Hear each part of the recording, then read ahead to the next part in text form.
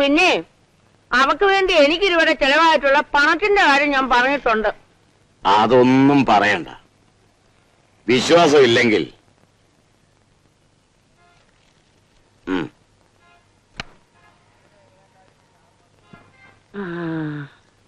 പിന്നൊരു കാര്യം, അവക്ക് മാന്യമായ ഒരു ജോലി ബോംബെ കൊണ്ടുപോയി വാങ്ങിച്ചു കൊടുത്തോണം. അതാണ് നമ്മൾ തമ്മിലുള്ള കരാറ്.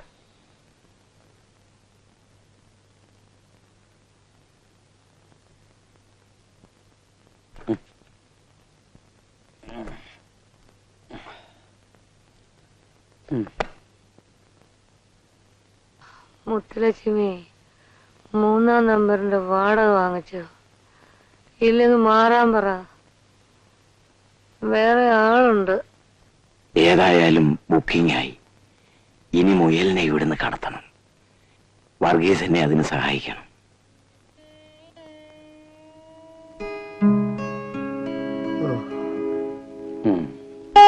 ഞാൻ സഹായിക്കണോ? ആഹാ, മൊത്തം ഉറങ്ങിയില്ലേ? എത്ര ആഗ്രഹിച്ചിട്ടും ഉറങ്ങാൻ കഴിയുന്നില്ല. അപ്പൊ എനിക്കൊരു കൂട്ടായി.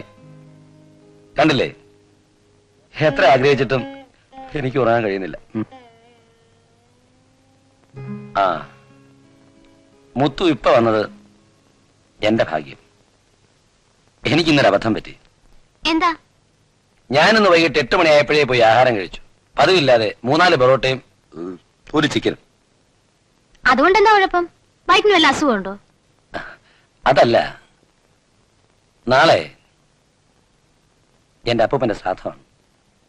ഞങ്ങൾ മലയാളികളുടെ ഇടയിൽ ഒരു ചടങ്ങുണ്ട്. ബലിയിടുന്നതിന്റെ തലേ ദിവസത്തെ അവസാനത്തെ അരി ആഹാരം ഏതെങ്കിലും ഒരു വീട്ടിൽ നിന്ന് ഇരന്ന് കഴിക്കണമെന്ന്. ഇനിയിപ്പോ ഈ പാതിരാത്രിക്ക് എവിടെ പോയി ഇരന്ന് കഴിക്കാനാ? ബലി മുടങ്ങാനും പാടില്ല. കാരണവന്മാര് കോപിക്കും. അതുകൊണ്ട് മുത്തുലക്ഷ്മി, ഒരു 2 സ്പൂൺ ചോറ്, എരിവും പുളിയൊന്നും അധികം ഇല്ലെങ്കിൽ 1-2 കറികളാവാം. അച്ചാറ് വേണം നിർബന്ധ. പിന്നെ മതി? പ്രയാസാവോ? ഏയ്, ഞാനിപ്പോ കൊണ്ടുവരാം.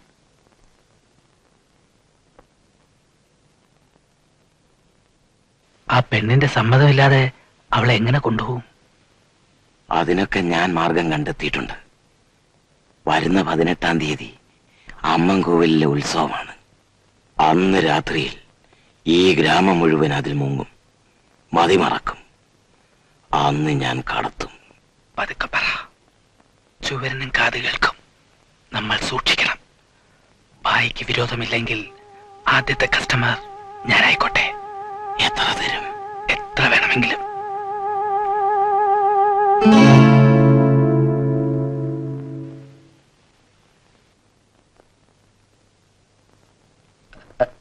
അയ്യോ, എന്തിനാ ഇത്രയും ചോറ്? ഞാൻ 2 സ്പൂണാ പറഞ്ഞത്. ഇത് ഞങ്ങൾ ഈ മലയാള ഇടയിലുള്ള വെറും ഒരു ചടങ്ങ് മാത്രമാണ്. ഞാൻ നേരത്തെ ആഹാരം കഴിച്ചതാ.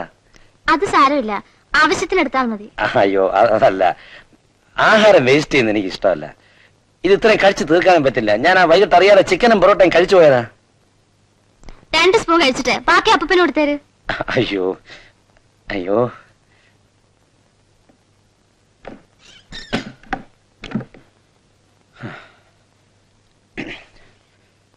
കണക്ക്.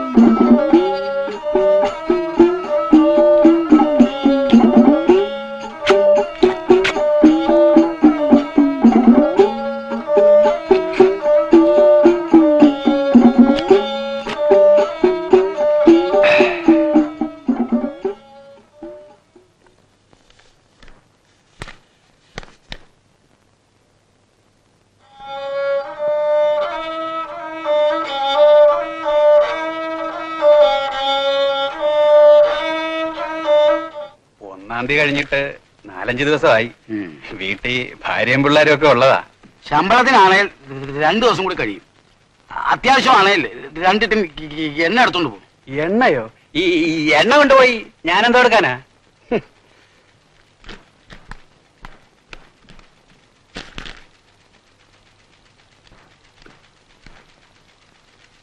എല്ലാം തീർത്തു സാർ. ഇന്നലെ രാത്രി ഒരു പോളെ കണ്ണടച്ചിട്ട്. അധ്വാനിക്കണം കുട്ടി. അധ്വാനിച്ചെങ്കിൽ മാത്രമേ മുന്നോട്ട് വരാൻ കഴിയൂ. മാസം 100 രൂപ കൊണ്ട് എങ്ങനെയാ സാർ ഞാൻ മുന്നോട്ട് വരിക? കുട്ടി, തെരുവ് വിളക്കിന്റെ കീഴിൽ ഇരുന്ന് പഠിച്ചു ഉയർന്നു വന്ന എത്ര മഹാന്മാരുണ്ടെന്ന് അറിയാമോ? ഗംഗാനദി നീന്തിയല്ലേ ലാൽ ബഹദൂർ ശാസ്ത്രി പഠിച്ചത്? പിന്നെന്തുകൊണ്ട് നിങ്ങൾക്ക് മുന്നോട്ട് വന്നൂടാ? സാർ, എന്നെ ഒന്ന് സഹായിച്ചേ പറ്റൂ. ഗതികേടുകൊണ്ട് പറയുക സാർ, എനിക്കൊരു 200 രൂപ തരണം. 200 രൂപയോ? ഈ എണ്ണയുടെ വില ഇപ്പോഴും പൊങ്ങിയിട്ടില്ല. അങ്ങനെ പറയരുത് സാർ, ഇതെന്റെ അഭിമാന പ്രശ്നമാണ്. ഇന്നെങ്കിലും വാടക കൊടുത്തില്ലെങ്കിൽ ആ സ്ത്രീ എന്നെ പുറത്താക്കും. ഞാൻ ഈ രാത്രിയിൽ തെളിവ് കിടക്കേണ്ടി വരും. ഊണും ഉറക്കവും ഇല്ലാതെ രാവും പകലും ഞാൻ ഈ സ്ഥാപനം വേണ്ടി പണിയെടുക്കുന്നില്ല സാർ. കുട്ടി, ഈ സ്ഥാപനത്തിലുള്ള എല്ലാരെയും സഹായിക്കണമെന്ന് എനിക്ക് ആഗ്രഹമുണ്ട്. പക്ഷേ ഇവിടെയുള്ള ഓരോരുത്തരുടെയും ഓരോ ഫയലുകൾ അദ്ദേഹം എന്നെ ഏൽപ്പിച്ചിട്ടുണ്ട്. കുട്ടിയുടെ ഫയലിൽ എന്താണ് എഴുതിക്കണമെന്ന് അറിയാമോ? എന്റെ ക്യാമറയുടെ കാശ് ഈടാകാതെ ഒരു കാരണവശാലും കൃഷ്ണൻകുട്ടിക്ക് മാസം 100 രൂപയ്ക്കപ്പുറം കൊടുക്കാൻ പാടില്ല, എന്ത് പണി ചെയ്താലും. എനിക്ക് ആ വലിയ മനുഷ്യനെ ഒന്ന് കാണാൻ പറ്റുമോ? ഇരിഞ്ഞാലക്കുടയിലും തലയോല പറമ്പിലുമുള്ള ഓയിൽ കമ്പനികളിൽ 1.5 മാസമായിട്ട് സമരം നടക്കുകയല്ലേ. അതിന്റെ ഒത്തുതീർപ്പിന് വേണ്ടി യൂണിയൻകാരെ കാണാൻ ടിവിയിൽ പോയിരിക്കുക.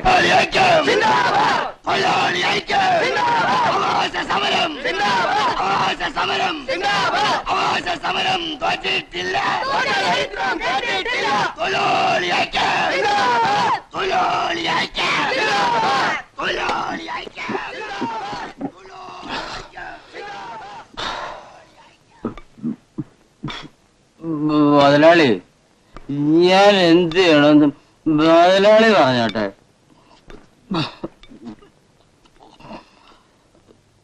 എനിക്ക് ഇദ്ദേഹത്തെ എതിർക്കാൻ പറ്റില്ല.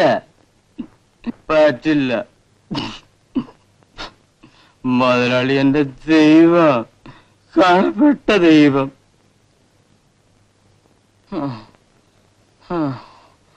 ഞാൻ മുതലാളിയുടെ ജോലിക്കാരനായപ്പോഴാ യൂണിയൻ സെക്രട്ടറി ആയത്.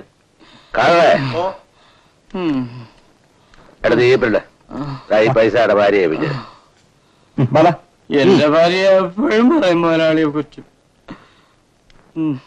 നാളെ മുതൽ ഒരുത്തനും ഇവിടെ സമരം ചെയ്യില്ല. ഞാൻ യൂണിയന്റെ സെക്രട്ടറി ആണെങ്കിൽ ഇവിടെ ഒരുത്തനും സമരം ചെയ്യും. എന്റെ ഭാര്യ എപ്പോഴും പറയും മുതലാളിയെ പറ്റി.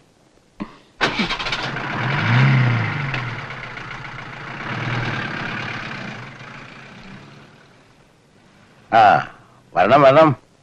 എന്താ കൃഷ്ണൻകുട്ടി, സുഖമല്ലേ? സുഖമല്ല, എനിക്ക് കുറച്ച് കാര്യങ്ങൾ പറയാനുണ്ട്. ഞാൻ അതിനു വേണ്ടി വന്നതാ. ഇരിക്കണം.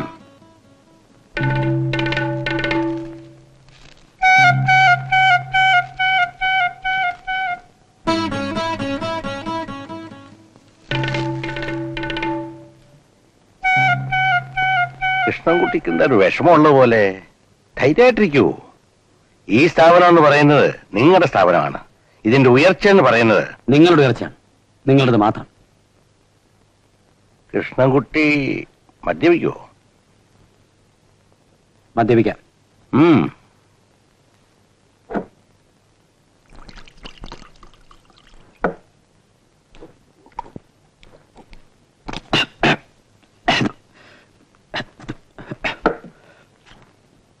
ഞങ്ങളെ ചെറുപ്പമാണ്, ആരോഗ്യം ഇങ്ങനെ നശിപ്പിക്കരുത്. ആരോഗ്യം നശിപ്പിക്കാൻ വേണ്ടിയല്ല, വിശപ്പടക്കാൻ വേണ്ടിയാണ് ഞാനിപ്പോ കഴിച്ചത്.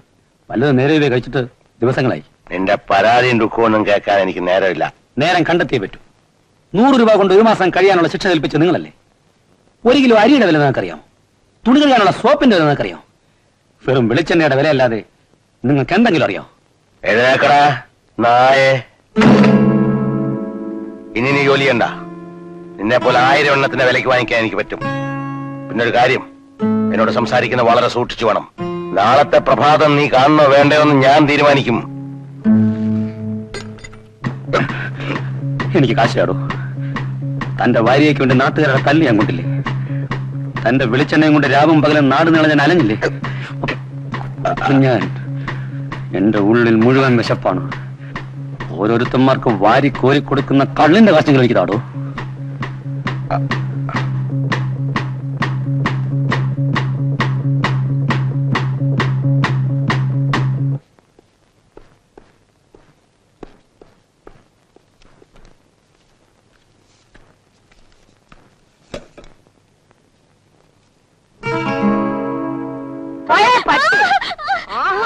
ഇവിടെ ഓരോരുത്തരെ ഒരു ജോലിക്ക് വേണ്ടി തെണ്ടുന്നു. കഷ്ടപ്പെട്ട് പണി വാങ്ങിച്ച് തരാമെന്ന് വെച്ചപ്പോ നിനക്ക് പോകാൻ പറ്റൂല അല്ലേ? കുട്ടികളെ ഞാൻ ആ കുട്ടി എങ്ങോട്ട് തല്ലല്ലേ? അറിയാവടി, എനിക്കെല്ലാം അറിയാം. അതുകൊണ്ട് തന്നെയാ നീ ബോംബയ്ക്ക് പോകാത്തെന്നും എനിക്കറിയാം. എന്താണോ ഞാൻ വാടക കൊണ്ടുവന്നിട്ടുണ്ട്. കൊണ്ടുവന്നിട്ടുണ്ടെങ്കിലേ പൊതിഞ്ഞാട്ടി കൈ വെച്ചു. മുറി ഞാൻ വേറെ ആണുങ്ങൾക്ക് കൊടുത്തു. സാധനങ്ങളൊക്കെ എടുത്ത് പുറത്തിട്ടിട്ടുണ്ട്. പോടോ. നിനക്ക് സാറിന്റെ കൂടെ പോണോ അല്ലേടി? നീ ആരുടെ കൂടെ പോണമെന്ന് തീരുമാനിക്കേണ്ടത് ഞാനാണ്. അവിടെ ഒരു സാറ് വന്നിരിക്കുന്നു, പുതിയ ഒരു സാറ്. അവർക്ക് സാറിന്റെ കൂടെ പോണം പോലും.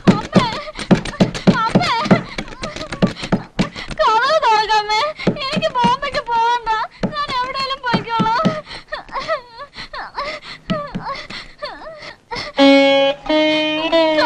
പോകല്ലേ സാറേ, എനിക്ക് ആരുമില്ല.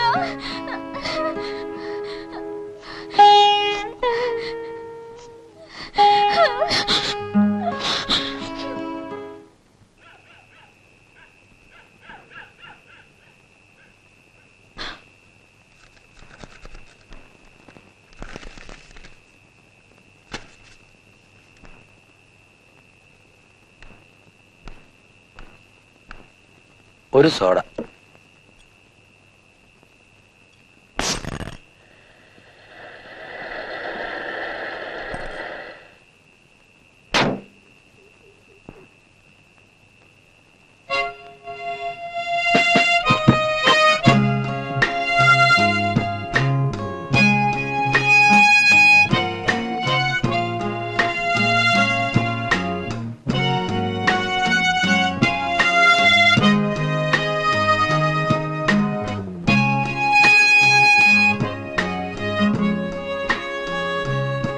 ചേട്ടാ, ആൾക്കാർ വായിച്ചറിഞ്ഞ പേപ്പറും കള്ളു കുടിച്ചറിഞ്ഞ കാലി കുപ്പിയും കൊണ്ടാണ് ഞാൻ ഈ നിലയിലെത്തിയത്. പക്ഷേ ചേട്ടനെ പറ്റിയ അബദ്ധം, ചേട്ടൻ ഈ മദ്യവും പേപ്പറും സ്വന്തമായി ഉണ്ടാക്കാൻ ശ്രമിച്ചതിലാണ്.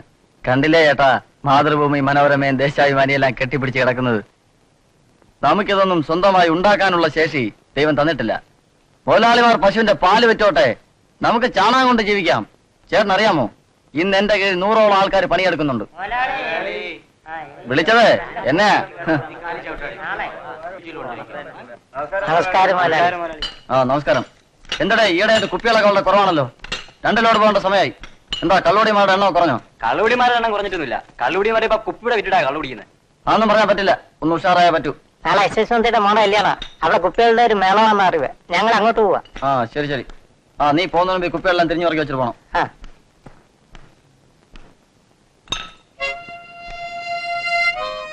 ചേട്ടാ, പണ്ട് എനിക്ക് മുതലാളി എന്ന് വിളിക്കാൻ ബുദ്ധിമുട്ടുണ്ടായിരുന്നു. പക്ഷേ ഇന്ന് എന്നെ പലരും മുതലാളി എന്ന് വിളിക്കുമ്പോൾ എനിക്കത് കേൾക്കാൻ ഒരു സുഖമുണ്ട്. നമുക്കെല്ലാവർക്കും മുതലാളിമാരാണ്ടേ?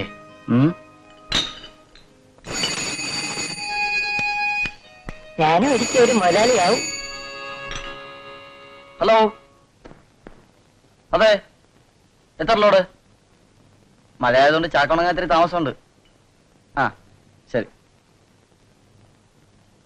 മുതലാളി, ഇന്നലെ വരെയുള്ള കണക്കെല്ലാം എഴുതി തീർത്തു. ഇനി ഞാൻ പോകട്ടെ. നാളെ നേരത്തെ വരണം.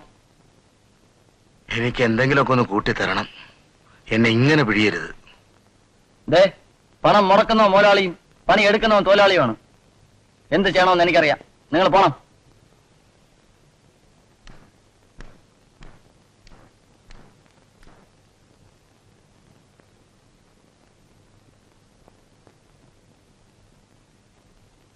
എന്നെ മനസ്സിലായില്ലേ മിസ്റ്റർ സദാനന്ദൻ? നമ്മൾ തമ്മിൽ കണ്ടിട്ടുമില്ല കേട്ടിട്ടുമില്ല.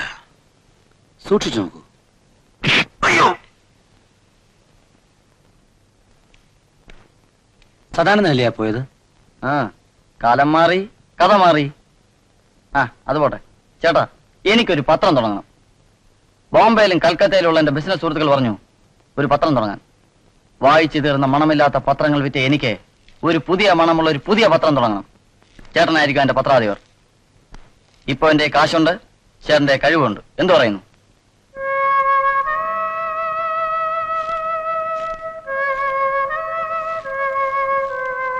എന്താ ചേട്ടാ വല്ലാതെ? ഇപ്പോഴും ചേട്ടന്റെ മുഖത്ത് പ്രശ്നമാണല്ലോ പണ്ടത്തെ പോലെ. ഗണേശ, എന്റെ ഇപ്പോഴത്തെ പ്രശ്നം ഒരു പെൺകുട്ടിയാണ്. പെൺകുട്ടിയോ? ഏത് പെൺകുട്ടി? എന്ത് പ്രശ്നം?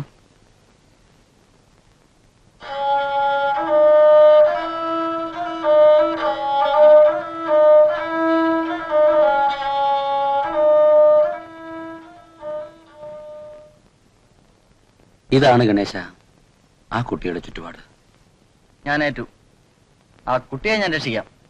പക്ഷെ രക്ഷിച്ചാൽ ചേട്ടൻ എന്ത് ചെയ്യും? അവൾ രക്ഷപ്പെട്ടാ മതി. എനിക്ക് പ്രത്യേകിച്ചൊന്നും ചെയ്യാനില്ല. ആ, എന്നാ പിന്നെ വിട്. തേങ്ങ എറിഞ്ഞാ പൊട്ടണം, അല്ലെങ്കിൽ അറിയാൻ പോരുത്. ആ കുട്ടിയെ രക്ഷിച്ചാൽ ചേട്ടൻ ഏറ്റെടുക്കാം. ഏറ്റെടുക്കാം. എങ്കിൽ മുത്തു ബോംബെയിൽ പോവില്ല. ഇന്ന് എന്റെ കയ്യിൽ അതിനുള്ള ആൾക്കാരുണ്ട്. ചേട്ടൻ അറിയാമോ? ജഗമ്മ എന്റെ പണിക്കാരിയാ. 4 ഒത്താണുങ്ങൾ ചേരുന്ന ബലമാ അവർക്ക്. 3 കുത്തുകേസിലെ പ്രതിയുമാ. കേശവനെ കണ്ട രോഗിയാണെന്ന് തോന്നുന്നു. പക്ഷെ ആള് മർമാണിയാ. കേശവൻ മർമ്മ നോക്കി തല്ലിയാലുണ്ടല്ലോ. 3 വർഷമായിട്ട് എനിക്ക് മമ്മാനെ അറിയാം. എനിക്ക് വേണ്ടി ജീവൻ കളയാൻ പോലും അവൻ തയ്യാറാണ്. ടൗണിൽ 1-ാം നമ്പർ കേടിയാ. ഗുണ്ടുപണി. അവന്റെ ശരീരമേ ചെറുതുള്ളൂ, പക്ഷെ മനസ്സ് വലുതാ. എന്തെന്ത് അവസരങ്ങളിൽ അവൻ എനിക്ക് മേടിച്ചിട്ടുണ്ടെന്നോ? ചേട്ടാ, ഇവരുടെയൊക്കെ വേഷമേ മുഷിഞ്ഞിട്ടുള്ളൂ. മനസ്സ് ശുദ്ധമാ, പരിശുദ്ധമാ. അമ്മൻകോവിലിലെ ഉത്സവല്ലേ? വരട്ടെ.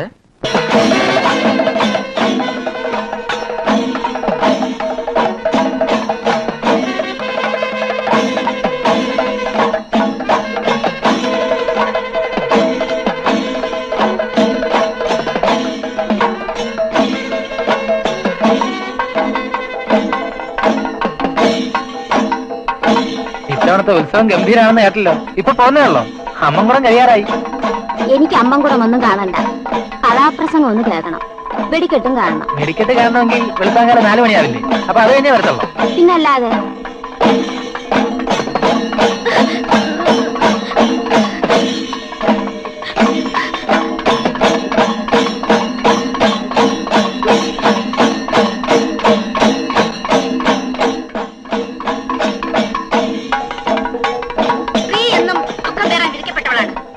അവളുടെ നല്ല മനസ്സ് ഇന്നുവരെ ആരും മനസ്സിലാക്കിയിട്ടില്ല. സഹൃദയനെ, എന്റെ വനിതയെ നോക്കൂ. ഒരു തെറ്റും ചെയ്യാത്ത, ഒന്നും അറിയാത്ത അവളെ രക്ഷിക്കാൻ അവളുടെ വിക്രമൻ വരില്ലേ?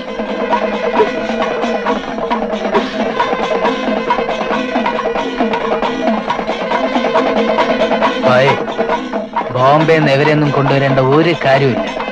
ആ താക്കോലിങ്ങിത ഞാൻ ദേ മുയലിനെ ഇങ്ങനെ പിടിച്ച് കയ്യിലോട്ടിട്ട് ഇവിടെ അങ്ങ് ഹോട്ടലിൽ മുറിയെടുക്കേണ്ട കാര്യമില്ല. ബോംബെ കൊണ്ടുപോയി പ്രത്യേകിച്ച് ട്രെയിനിങ് കൊടുക്കേണ്ട കാര്യമില്ല.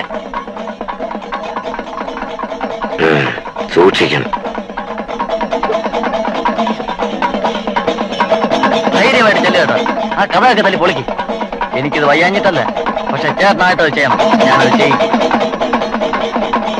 എന്റെ ആളുകളൊക്കെ മനസ്സിലാക്കാൻ നിർത്തിയിരിക്കുക. ചേട്ടന്റെ ദേഹത്ത് ഒരു പോർലോല് ഏൽക്കാതെ അവർ നോക്കിക്കോളൂ. എന്നാലും എനിക്കത് ഒറ്റയ്ക്ക് ചെയ്യാൻ പറ്റുമെന്ന് തോന്നുന്നില്ല. ചേട്ടനത് പറ്റും. ചേട്ടനുള്ള ശക്തിയുണ്ട്. ഈ ചെന്നാലൊക്കെ വേവലാതിക്ക് മറ്റേ സ്മാർട്ട് ആയിക്കേ. അമര അത് എറിയിക്കേ. ഞാൻ ഇവിടെ നനങ്ങുന്ന പ്രശ്നമേ ഇല്ല. ചേട്ടൻ ചെല്ല്.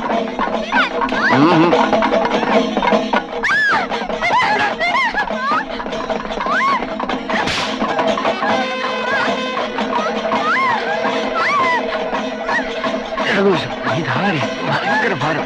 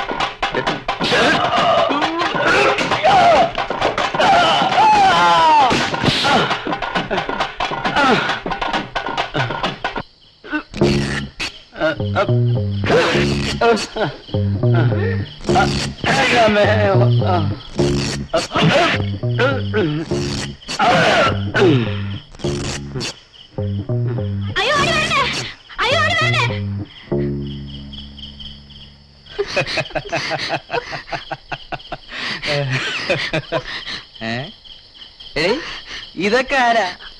അശോകവനത്തിലെ സീതയെ രക്ഷിക്കാൻ വന്ന കുരങ്ങന്മാരാ? അല്ലല്ലോ, ഇതൊക്കെ പിച്ചക്കാരന്മാരല്ലേ?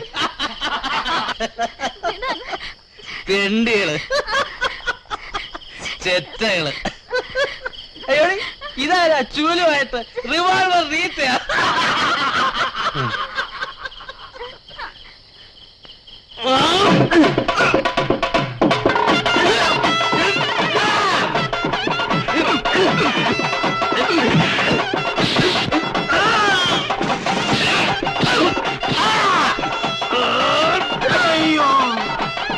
ഇനി ഞങ്ങളേറ്റു.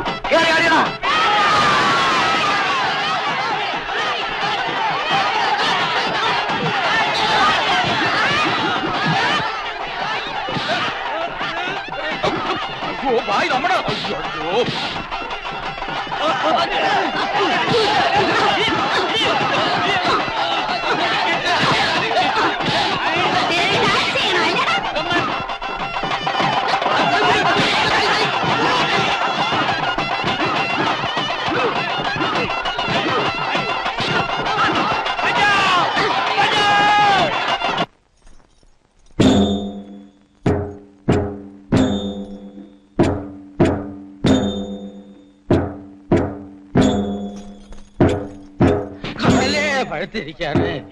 എടാ, എന്റെ കൊച്ചിന് ജോലി വാങ്ങിച്ചു കൊടുക്കാന്ന് പറഞ്ഞ് വിളിച്ചോണ്ട് പോയിട്ട് ഇതാണ് എന്റെ പണിയല്ലേ? വെടിക്കെട്ട് ആരംഭിക്കാൻ പോവുകയാണ്. എല്ലാവരും പടിഞ്ഞാറ് ഭാഗത്തേക്ക് മാറി നിൽക്കാൻ അപേക്ഷിക്കുന്നു. ചേട്ടത്തി കാശ് പിടിച്ചേ. ഇനിയിപ്പോ ചേട്ടത്തിന്നൊക്കെ വിളിക്കാലോ അല്ലേ? അതിന്റെ അല്ല, ഞാൻ എന്തിനും തയ്യാറാ. പക്ഷേ എനിക്ക് അതിനു മുമ്പ് ഒരു തേങ്ങ ഒന്ന് ഉടഞ്ഞു കിട്ടും. ഈ ചേട്ടന്റെ ഒരു തേങ്ങ. അതിന്റെ അല്ല, ഒരു തേങ്ങ കറക്റ്റായിട്ട് ഉടഞ്ഞു കിട്ടിയാൽ പിന്നെ മനസ്സിന് ഭയങ്കര ധൈര്യമായിരിക്കും. ചേട്ടൻ അറിഞ്ഞാൽ ഉടയുന്ന എത്ര തേങ്ങ ഞാൻ റെഡി ആയി തരാം.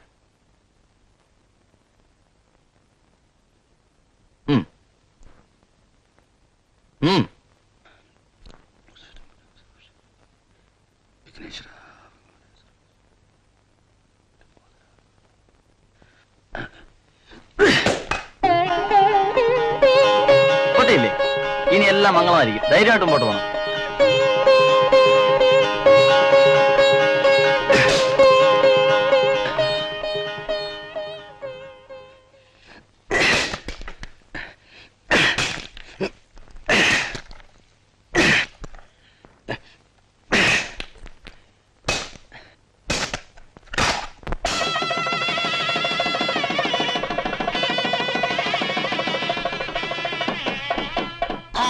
കേറി പോന്നതൊക്കെ കൊള്ളാം. നാം രണ്ട് നമുക്ക് രണ്ട്. ആഹാ, ഈ തങ്കപ്പനെ മറന്ന. ഈ തങ്കപ്പനില്ലാതെ എന്തോന്ന് ഉത്സവം. ഞാൻ കുറെ കണ്ടു, കുറെ കേട്ടു. എനിക്കിനി ഒരുപാട് കാര്യങ്ങൾ പറയാനുണ്ട്. ഇനി കാണുമ്പോ പറയാം. തൽക്കാലം ടാറ്റാ ടാറ്റാ ടാറ്റാ. കണ്ടതും കേട്ടതും കേട്ടതും കണ്ടതും കണ്ടതും കേട്ടതും കേട്ടതും കണ്ടതും